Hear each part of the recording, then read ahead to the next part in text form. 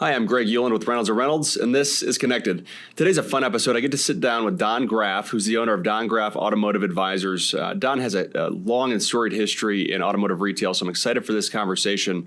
Also, Don's actually presenting a session on employee retention at our Reynolds Retail Summit coming up here in less than 3 weeks, September 25th and 26th at Indianapolis Motor Speedway. If you're coming, make sure to see him, and if you haven't registered yet, be sure to do so now at rayray.com/amplify.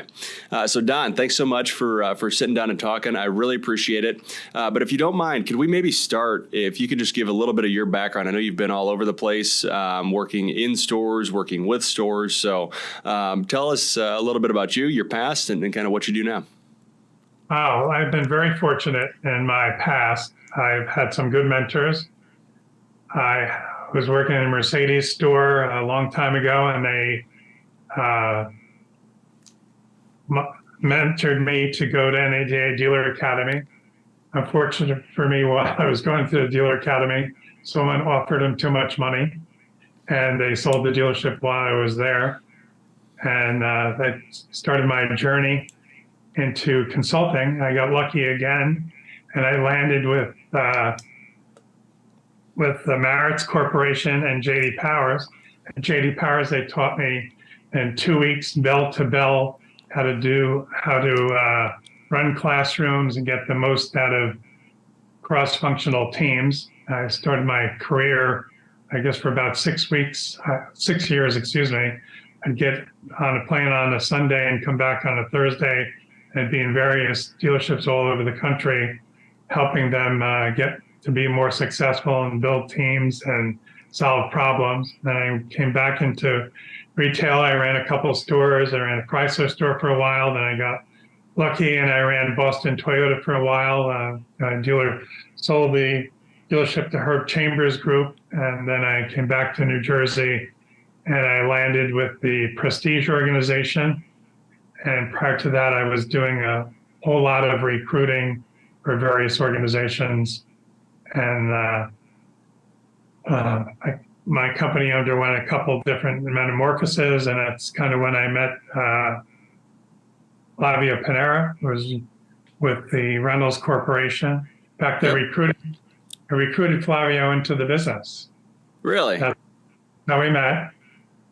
And we both worked for the Bill Vince organization several different times.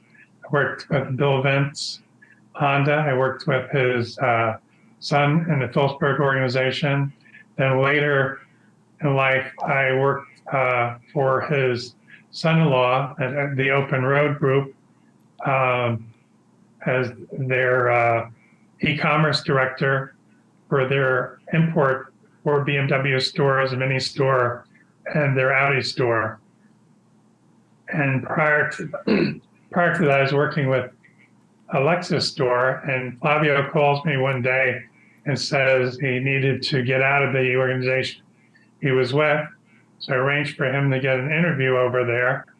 And several years later, you may not know this, Flavio became the general sales manager, later became the general manager of that store, and rose in the ranks of the Penske organization.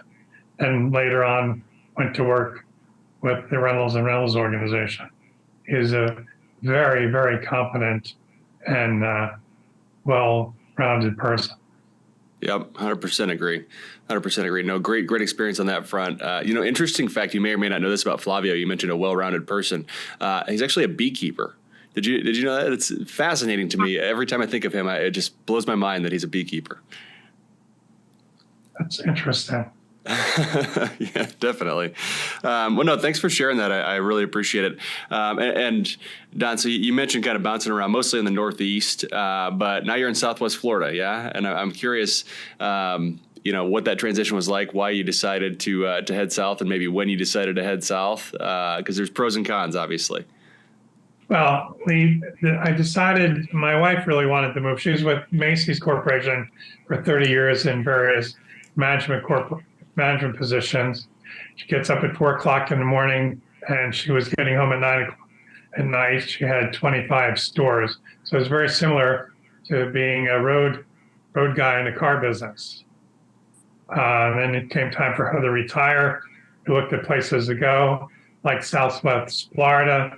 I'm 15 minutes from Fort Myers Airport. I can get on a plane in 15, 20 minutes, get a flight to the Northeast, the Midwest, Las Vegas. Many times where a digital dealer has their conferences or NADA. It can be anywhere. I have clients in the Chicago area, in the Northeast, like I currently do, or even to go to California if I need to. So it's an easy place to go. Plus, you have some great dealerships right in the neighborhood. I have the Germains. I have many friends in the Germain organization. I can pick their brain and work with them.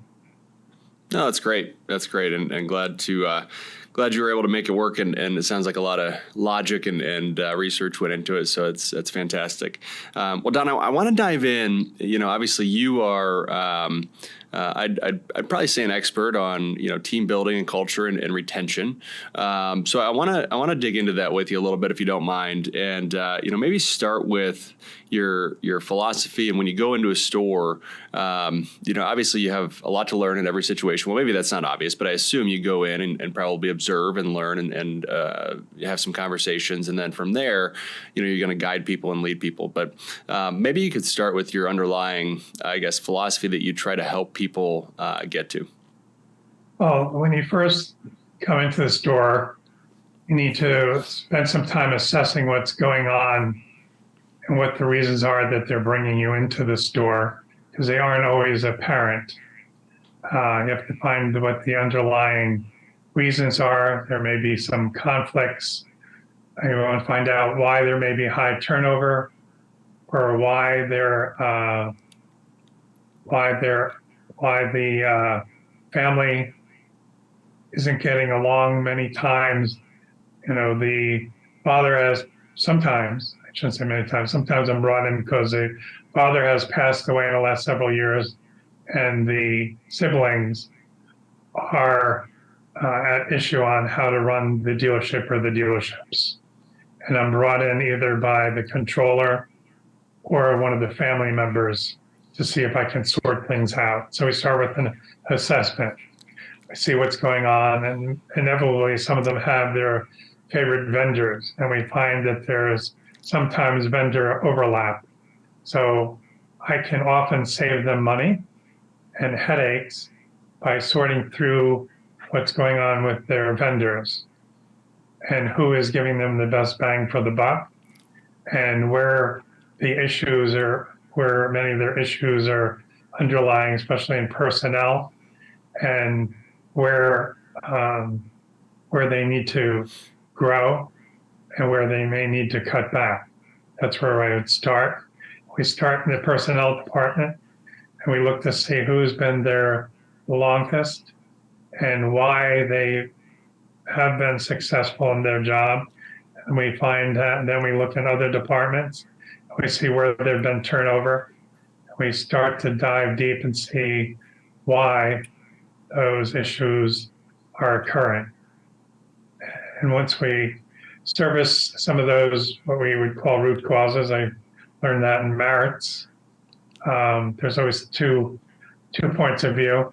There's the realistic point of view, and there's the point of view that the stakeholder has, which is really the reality view of what's going on. Sometimes people are overworked, and we don't see the forest for the trees. And once we can get down to the root causes, and we can actually pinpoint where the pressure points are, we can either recommend remedial action, or the owner can see the remedial action himself and start to take action. And then we may be able to graduate into the acquire, retain, reward system as we go along. Is that a point of view? Yeah, no, that's great. That's great. So you mentioned two things there that I wanted to just double click on real quick. So the first one was, obviously retention, but you also mentioned vendors. And when you look at some interesting numbers, I'm sure you know these as well, but you look at, it's really NADA numbers, employees per store. right, across the country. And last year, the number was, I think, 64 employees per dealership.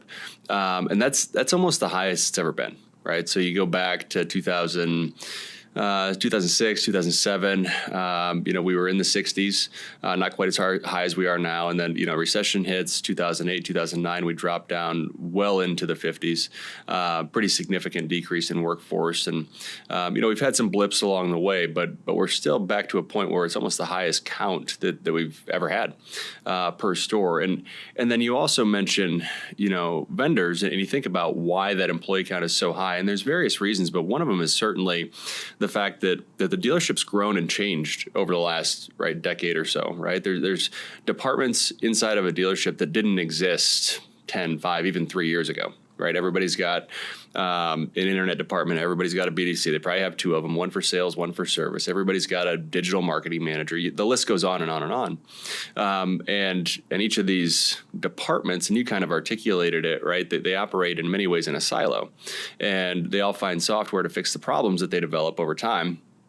And when they do that, sometimes there's overlap, right? And at a minimum, you need people to make sure that information on each of those vendors' systems isn't duplicated and it's accurate.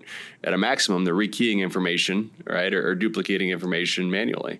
So there's a lot of employees per store, and those two things, the employees and the vendors, I think, are certainly strongly correlated, if not, partially, if there's some causation there too. So I don't know. I think that's an interesting, I guess, look at it when you look at it that way. Do you see that as well when you're in stores? I mean, do you have do you share that perspective? Absolutely. You look at how many people does it take now to manage a website? Right. How many things are going on the website? You're scraping a website for extra information, how to use that information. How many different ways are you looking at the data? How do you consolidate the data? How long have I been doing that? How long have I been a consultant in this company now? 15 years. I mean, just in the 15 years, a whole realm of data collection has changed, and it's changing again now with how Google is advertising. It's hard to be an expert. You have to have someone you almost need someone on the outside that you can trust to monitor all the vendors you have soliciting you and that you're using to manage your organization. Because it's hard to do that yourself, or to have your BDC manager, your service manager, if you have a fixed ops director, you have a sales director, you have a grounds director. I mean, there's so many people now running organizations. It's management by committee. Yeah. Yeah, which is definitely a struggle. And then thinking about, the other piece of that, which is the number of employees and retention, which I do want to dive into. You mentioned kind of your framework, but before we get there, I want to get your thoughts on, I don't know, I struggle sometimes with how much can you actually impact retention in a retail business, right? Take automotive retail out of it. Retail in general, hours are difficult, right? I mean, you're working nights, you're working weekends in most cases, or generally it's not an 8 to 5 job, right? And as people have families and they have other responsibilities, often I wonder, how much impact do you actually have on retention? Are you going to always have some level of attrition? And is some level of attrition okay? I don't know. What are your thoughts? My thoughts are that it's changed over the last several years, and that more dealers are becoming more collaborative and fostering an inclusive culture. I mean, you have stores now. I'm reminded of, I think it's Brian Abbott that has Toyota store down near Atlanta, and they have a child care center right in the dealership. So that allows his staff to be able to monitor their children while they're at work. It allows them to get more productivity. He's eliminated that issue that people are away from work or they have other things going on. Of course, they still have things taking the children to doctors and so on, but it's not quite as how would I say debilitating where they're gone for half a day. It's hours now instead of for half a day or losing so much productivity. And I've also have colleagues where they have clients. I don't have one currently where they're allowing their people to work remotely, especially with BDCs.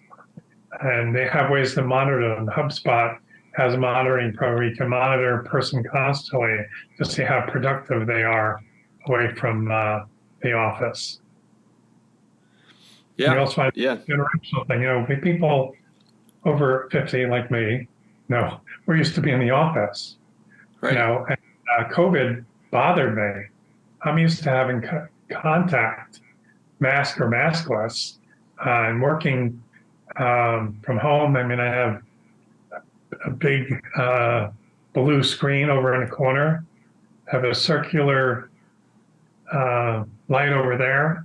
Over my head, I used to have one light, have four lights, have a little light over here, have one light here, have another light over here. I have 6 lights in my office now. So depending on how I'm communicating or who I'm communicating with, I have good visibility. People have good visibility of me. I have a small screen, I have a big screen, I have an iPad over here if I have initial information I have to give. I have my cell phone here. I have another phone here. I mean, you have to have everything like you do. You have a studio, you have 4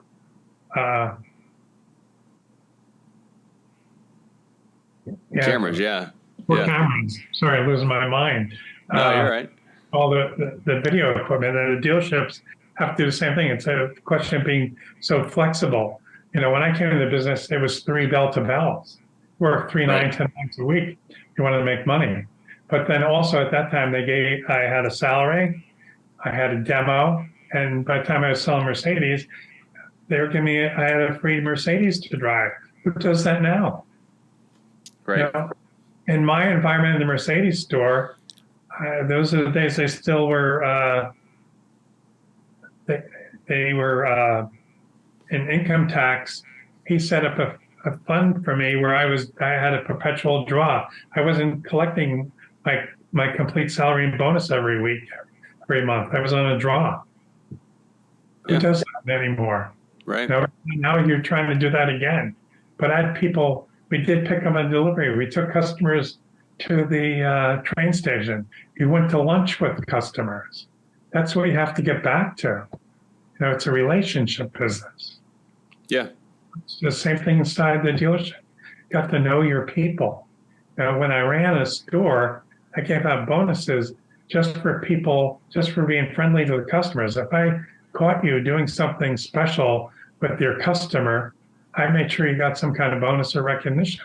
That's why I have the reward system. I believe that you need to acknowledge your fellow employees in some way during the day, whether it's a bonus, whether it's saying, hi, wow, that was great, thank you for helping me out, or it's giving them some recognition for their church project, or like Flavio with his bees. I mean, that shows that he's working on the environment. We have a bee shortage. I'm aware of this. There's just a thing, I think it's in Maine or somewhere, where a big a farmer lost a truck with 20 million bees. I mean, a large amount of bees spilled on the roadway, and they're trying to retrieve all these bees for 2 or 3 days. And It's incredible. It is, yeah. No, so you mentioned it's hard enough to acquire people.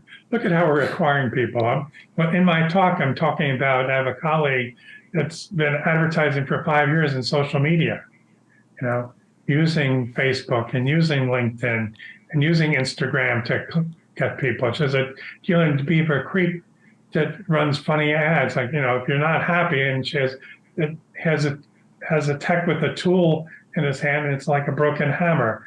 your dealer's not giving you the right tools, come and see us. We'll give you the right tools. We'll give you the right hours, and you're going to make a lot of money with it. You're going to get a bonus, Yeah. you got to be thinking out of the box. And how, 15, 20 years ago, were you using an employee to share how well they were being treated in the dealership to get someone to come and work for you? No, that's what you have to do. Everything's by referral. If you're getting a good review from the people that are going to be serviced and buying cars from you, you have to get reviews by your people.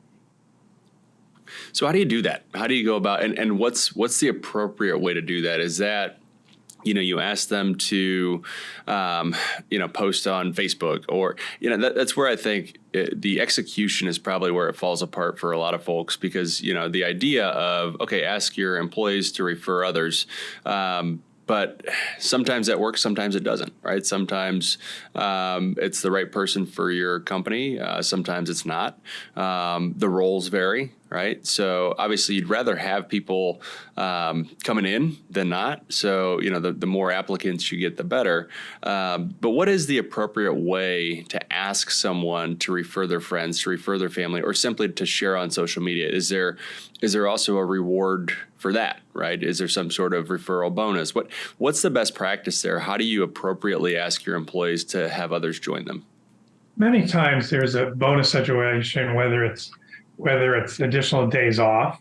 Time is much more valuable to employ than the dollars I've found over the years. If you think about it, is a weekend worth more to us? Going somewhere special?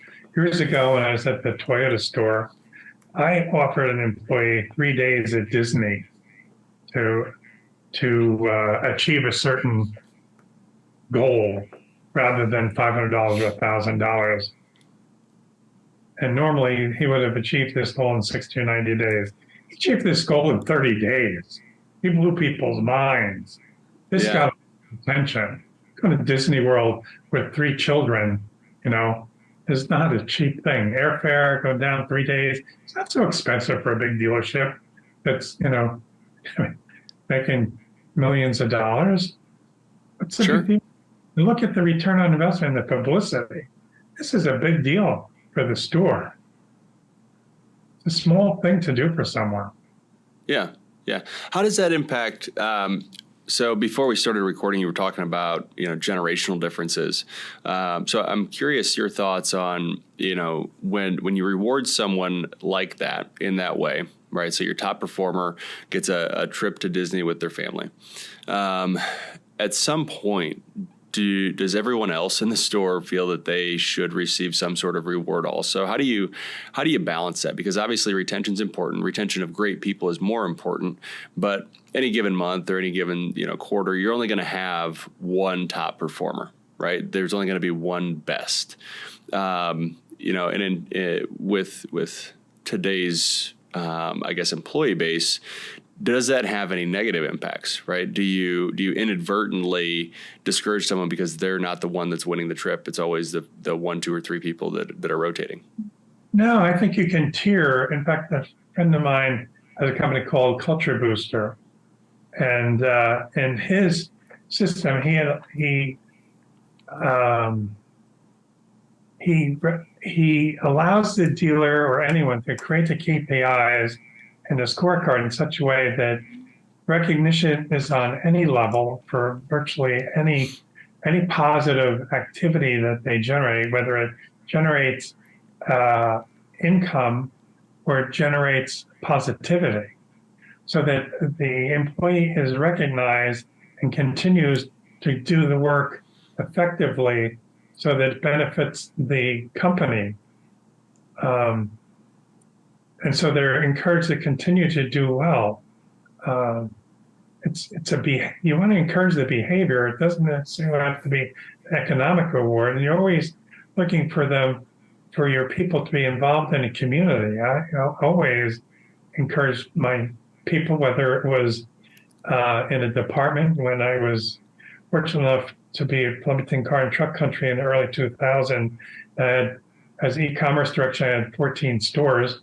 And I have to brag a little. We managed to do 4,000 vehicles on the in the internet with that staff Wow. because we're cooperative. And we worked with the vendors, and the vendors sponsored all of the awards. We had dinners and luncheons quarterly. Um, the dealership hardly had to give anything. It was just my owner and the general managers would come to the meetings and they would hand out the awards like they were coming from the dealership, but they actually came from the various vendors that were supporting the dealership during the year. As you can tell, there are lots of ways to do this without impacting the dealer's bottom line and to make people feel successful. I have a young man that I worked with, and do you remember when you had the wristbands, do good things, or they were the bicyclers. I'm forgetting his name now, but he got caught doing bad things. But he was the first one, or I'm sorry, maybe it was actually the Vietnam veterans. You had the name of the soldier that was missing in action. Then Sure. later they became bands that you had on your wrist. I'm sorry, you may not see it on my screen. That were mementos and said positive things. Well, I found a vendor that had these bands, and I created teams with these bands. I had a young man that recently sent me a text. He's now an executive with Toyota on the west coast of Florida. He's an executive with them. This is 25 years later. Anthony Alperon. I'm very proud of him. He still Yeah, that's has great. from those meetings. Yeah.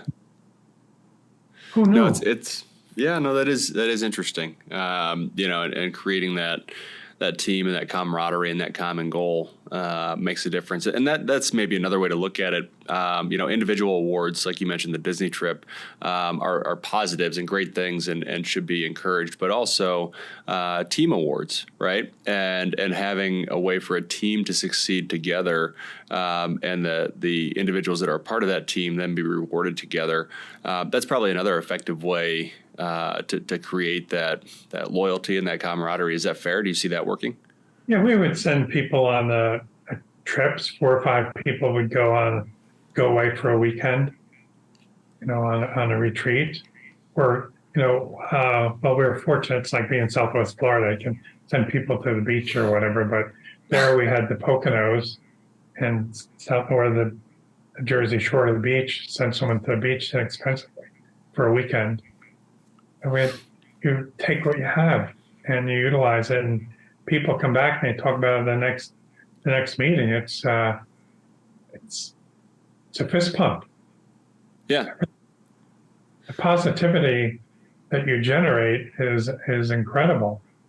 Sure. You send people to races, go to Lime Rock. Have friends that want to go to Daytona, Sebring. Yeah.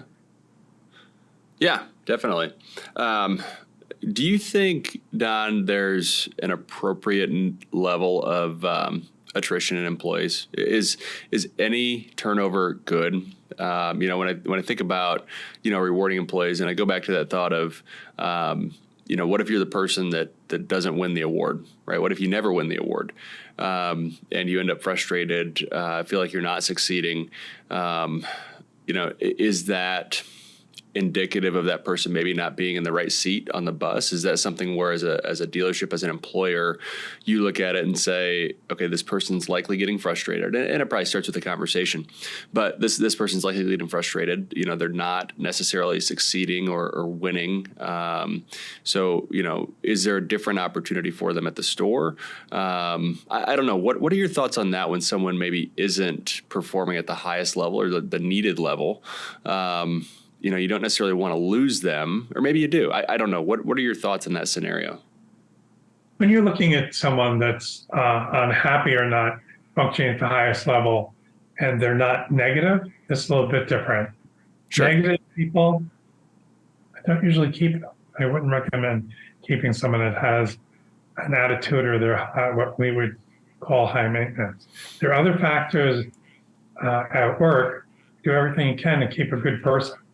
That's different. And I'm a believer in team players. I've often switched people around, and I found people other opportunities in other stores and within the organization. The beauty with being involved in a dealer group with 3, 4, or 10 stores, there are other Sure. places that they can go and they can be more important in that organization. Or sometimes people don't want to be in a customer facing position. They need to be in another position is better for them. I mean, we all, I don't know if everyone's probably seen the 2022 NADA dealer studies. I certainly have, and attrition was for sales and service was in the 40s or high 30s rather. It's going to go Right. higher than here, without question, because there's a talent level where people were being rewarded in sales without merit. In my opinion, I did a survey myself, 75 BDC departments, and I hope you're sitting down. 66% of them abandoned leads after 3 days. 66% abandoned leads after 3 days. So someone wasn't looking over their shoulders.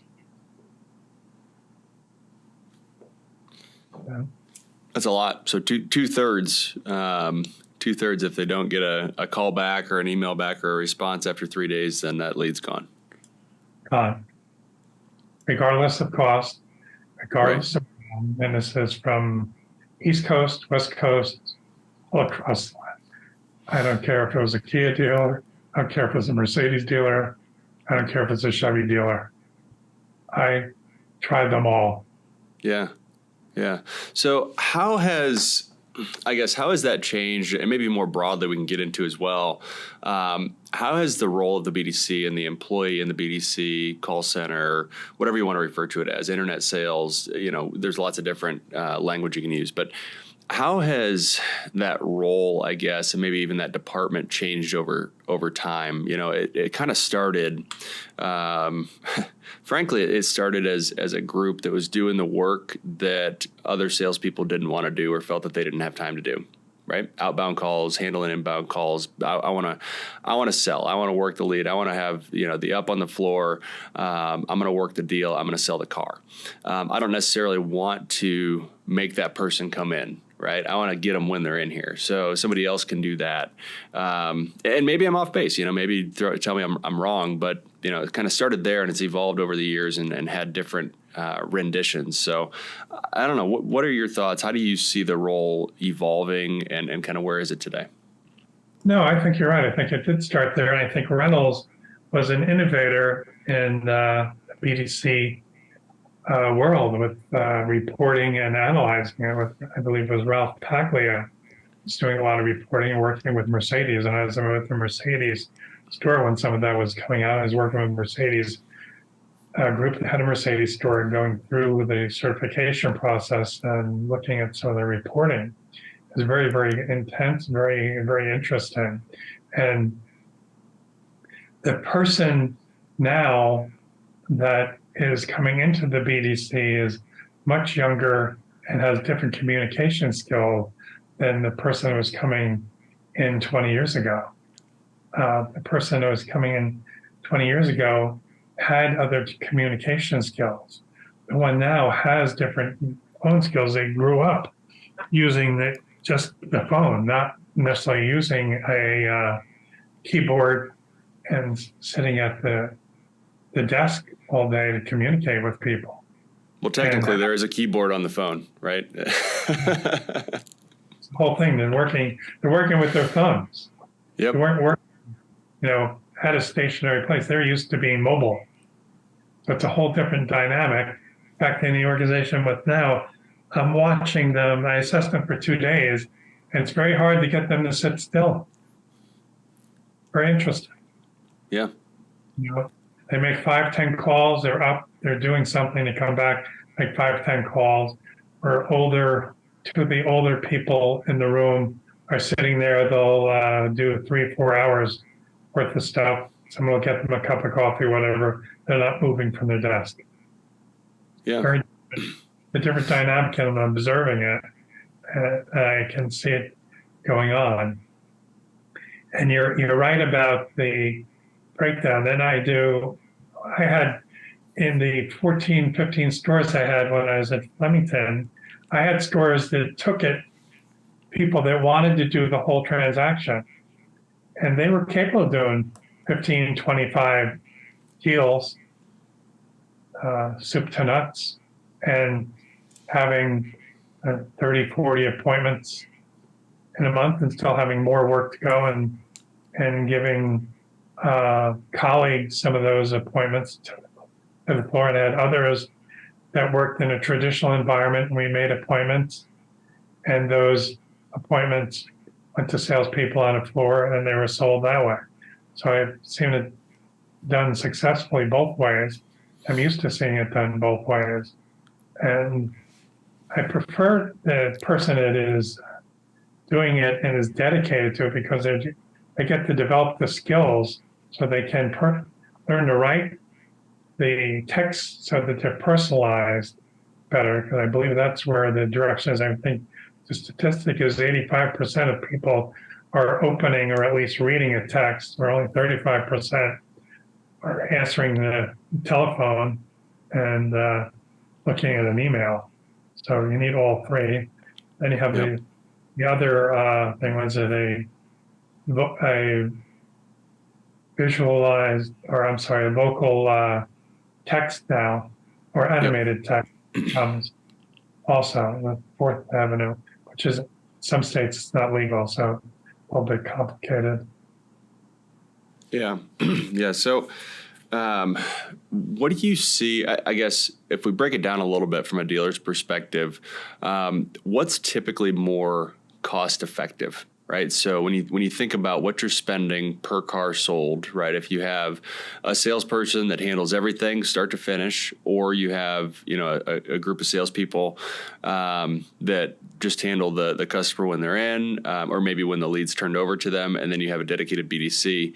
Is it generally more expensive to have a dedicated BDC, or does it kind of wash out? Do you get more volume?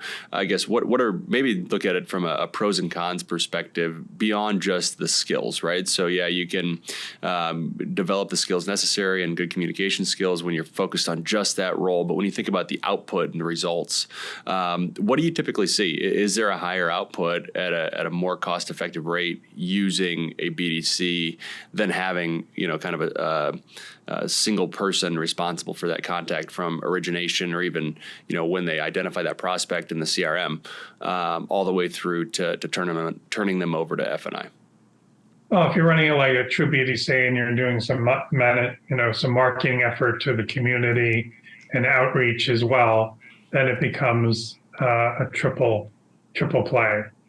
Then then it's mature. Your cost is very effective, and it's inexpensive because you're managing the cost. The cost of acquisition is clear. The cost of sale is separate. And then you can see what your true profitability is. Once the BDC is operating and it's mature, there's no comparison. What the dealership can do with that BDC. I have a client in New Jersey that has grown from 2 dealerships to 4 based on what their BDC is capable of doing. Their BDC writes 60% of their business, generates 60% of those stores' business.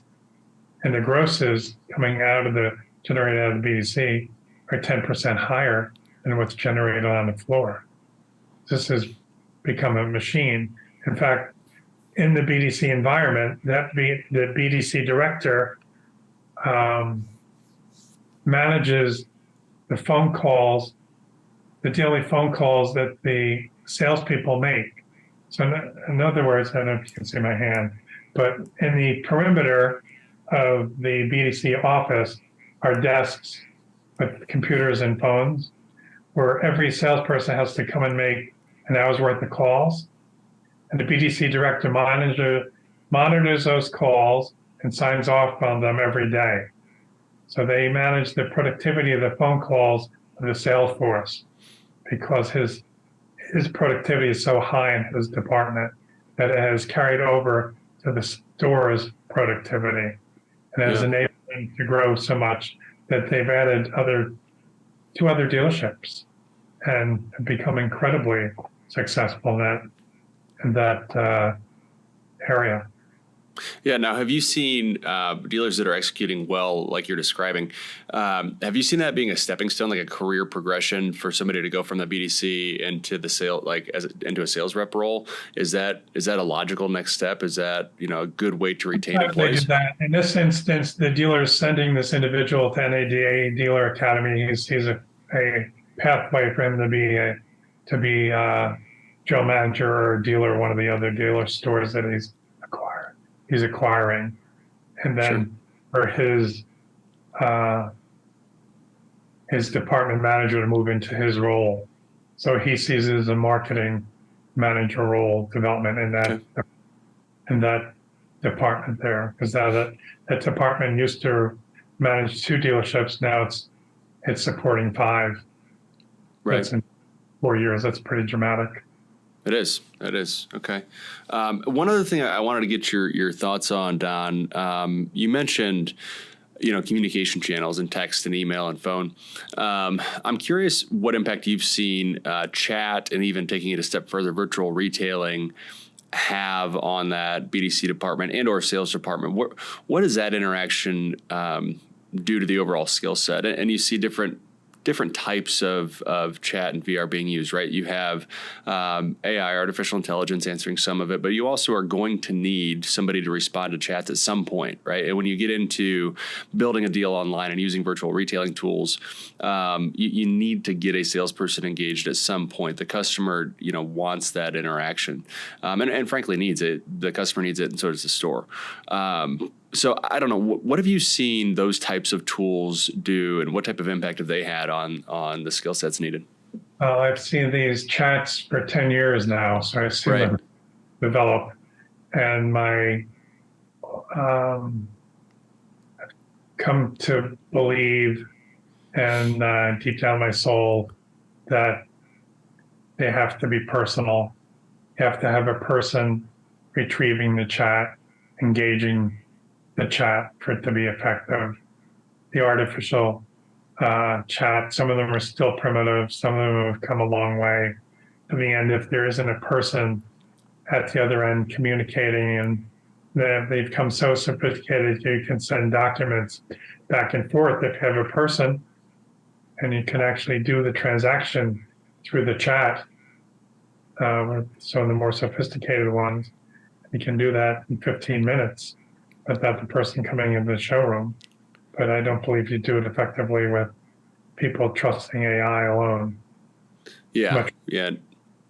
No, that makes sense. And I would present that there's really kind of 3 layers, right? When you think about a chat interaction, you have a customer that's just looking for information, and that's where AI can really play a big role, right? That's what it's good at, is serving up that standard information, like a Google search, right? It's the same thing. And then you go from there and go ahead. With you, that's a quick and easy stop. Yep. So that's the first part. And then the second layer, once that. You have 5 or 6 of those. You have the multitude of colors. You have a Milky Way bar. You have the 3 Musketeers. You have another bar I like. That's great. Okay. You have the variety. Now I need to talk to someone to see what's actually there and how fast I can have it.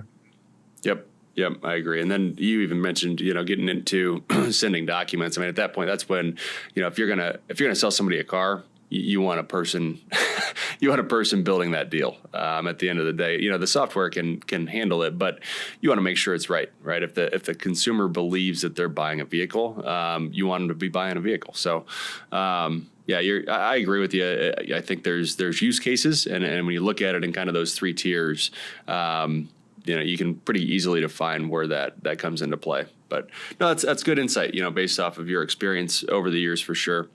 All right, Don, I want to be super respectful of your time. I appreciate you hopping on. It's been a fun conversation. It's kind of flown by. But anything we haven't talked about that you want to make sure to touch base on? Anything you want to hit on before we jump off of here? Well, I don't know. I just looked up at the clock. We're at 52 minutes already. I know. Crazy. You're a great host. Thank you so much.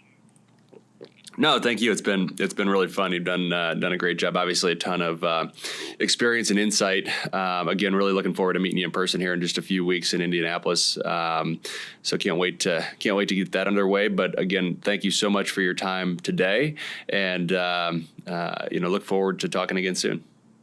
All right. Thank you very much. You have a great day too. You too. We'll see you. What a great conversation with Don Graff, owner of Don Graff Automotive Advisors. I really enjoyed that one.